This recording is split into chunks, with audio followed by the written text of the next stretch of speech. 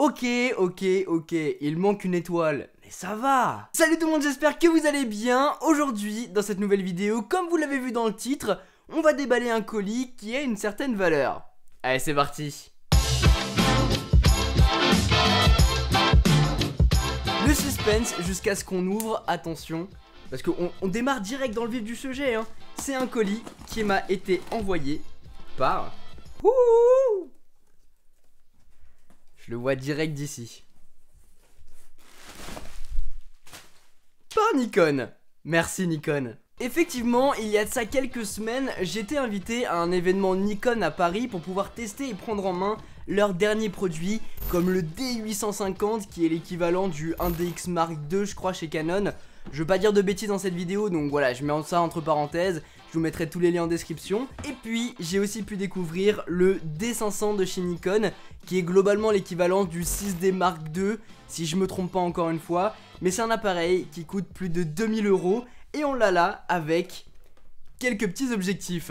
Comme vous l'avez sûrement vu dans ma vidéo, mon nouvel appareil photo, je crois qu'elle s'appelle comme ça la vidéo, j'ai du coup, après avoir utilisé le 100D depuis des années, je suis passé sur le 6D, tout court, 6D Mark I, pour pouvoir tourner mes nouvelles vidéos. Cette vidéo est tournée avec cet appareil là. Et en fait, après être allé à l'événement de chez Nikon, je me suis dit que ça serait vraiment cool si je pouvais élargir un petit peu ma gamme de produits, parce que j'utilise Canon depuis des années, j'adore cette marque, j'adore ce qu'ils font, mais il y a aussi de très belles choses ailleurs, dont chez Nikon. Et puis j'ai pu prendre du coup pendant l'événement en main le D500 que j'ai trouvé vraiment cool. Il va falloir que je me réhabitue parce que les réglages sont pas vraiment les mêmes d'un appareil à un autre. Donc voilà, il va falloir que je m'y réhabitue, mais cet été, je vais partir avec cet appareil pour vous prendre des photos sur Instagram et puis pour vous faire des vidéos. On va du coup mettre les objectifs de côté pour se concentrer sur le D500 qui est juste là. Et vous le voyez avec la boîte, il a quand même pas mal servi, hein. En fait c'est un prêt journaliste, je vais avoir le produit pendant 1 mois, 2 mois, et ensuite je vais le renvoyer pour que quelqu'un d'autre l'utilise. Et du coup,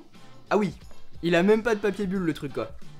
On l'a ici, le D500, et on va aussi retrouver le chargeur qui est là. Et on a du coup le D500 juste ici qui est juste énorme, c'est un boîtier énorme. Alors moi ce que j'aime vraiment pas sur les boîtiers de chez Nikon, c'est le rond au niveau de l'œilleton, c'est tout con. Mais je trouve ça méga cheap, alors que de base j'aime bien les trucs ronds, mais là j'aime pas trop. On va avoir un écran qui est du coup pivotable, un peu comme les appareils de chez Sony. On va pas pouvoir l'orienter vers nous, mais comme ceci. Et du coup on va avoir plein de boutons, c'est un gros boîtier, un petit peu à l'effigie du 6D finalement. On va aussi déballer deux objectifs, le 16-80 de chez Nikon et le 35 mm f1.8. Oh là, avec ça je vais m'éclater. Le 16-80 c'est donc un objectif pour faire du grand angle. C'est idéal pour faire du vlog par exemple. Chez Canon l'alternative c'est le 16-35. C'est ce que la plupart des youtubeurs utilisent d'ailleurs. Du type Peter McKinnon, des choses comme ça, ils utilisent celui-là. Oh là là, il est balèze. Je suis trop content, j'ai hâte de tester tout ça. Et on va aussi retrouver le 35 mm. Et ça c'est vraiment idéal pour faire des belles prises de vue avec un beau bokeh à l'arrière. Et ça se présente comme ceci. Et il est bien plus petit.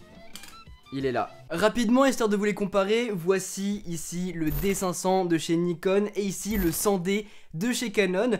On voit que la taille est quand même radicalement différente. Et juste pour vous montrer la différence entre le 6D et le D500, voilà ce que ça donne. On a quand même une différence de taille, même si ça se ressemble plutôt pas mal de ce côté-là. Comme je vous en avais donc parlé dans ma vidéo sur le 6D, j'essaye de m'ouvrir un petit peu à tout ce qui peut se faire sur le marché. Je fais ça avec les smartphones, LG, Samsung, Sony, etc. Et bien pour les appareils photo, c'est exactement pareil. On a Panasonic, on a Canon, on a Nikon, on a Sony, on a bref... beaucoup d'acteurs. Et c'est intéressant de pouvoir comparer un petit peu les deux. Et vous allez voir beaucoup de photos et de vidéos tournées avec ce D500 et tournées aussi avec le Canon 6D, parce que c'est l'appareil que j'utilise quotidiennement, c'est l'appareil qui me filme actuellement et c'est celui que je connais par cœur. C'est du coup un appareil qui peut prendre jusqu'à 200 photos en rafale et des photos RAW, c'est juste énorme. Des photos 20,9 millions de pixels. Autant vous dire qu'on a un résultat plutôt pas mal avec un bon piqué. Les ISO vont de 100 jusqu'à 51 200. C'est juste énorme, je dirais pas qu'ils voient dans le noir, mais bon, on peut faire des belles choses avec. Et vous allez pouvoir filmer jusqu'en 4K Ultra HD en 30, 25 ou 24 images par seconde. et ça par contre on va le tester. Sinon ça sera du Full HD en 50 ou 60 images par seconde, et ça c'est vraiment cool aussi. Bien sûr, dessus vous allez avoir pas mal de modes de prise de vue différentes. On va avoir du coup le manuel, mais on va en avoir bien d'autres. Dessus on va aussi retrouver des connectiques comme une prise pour pouvoir transférer des fichiers rapidement. On va avoir une prise casque et une prise micro, et ça c'est vraiment cool, surtout si vous enregistrez de la vidéo. On a une prise HDMI de ce côté là, et de l'autre on va avoir le port de carte SD et le port de CFast, je crois que c'est comme ça que ça se dit, pour avoir du coup une capacité beaucoup plus élevée, mais c'est des cartes qui coûtent quand même beaucoup plus cher, même si ça écrit beaucoup plus vite dessus. Mais on va pas rentrer dans les détails, je m'y connais vraiment pas très bien. C'est un appareil qui coûte un petit peu cher, on est aux alentours des 2300 €, en tout cas plus de 2000 €. On sera donc dans la même gamme de prix qu'un GH5 de Panasonic ou qu'un A7S II de Sony. Je crois que c'est dans les 2000 €. Il me faudra un petit peu de temps d'adaptation histoire de le prendre en main. Mais voilà, c'était une petite vidéo de déballage tranquille posée pour vous déballer un bel objet qui coûte quand même pas mal d'argent, surtout quand on cumule avec les objectifs. Si vous voulez bien sûr vous le procurer, je vous mettrai tous les liens dont vous aurez besoin dans la description. Et suivez-moi sur Twitter et Instagram pour avoir de plus près des petites photos et ce que je vais pouvoir faire avec celui-là. Si cette vidéo vous a plu du coup, n'hésitez pas à mettre un gros pouce bleu et à vous abonner si ce n'est pas déjà fait. Sur ce, c'était Quentin, passez tous une très bonne journée. Tchou!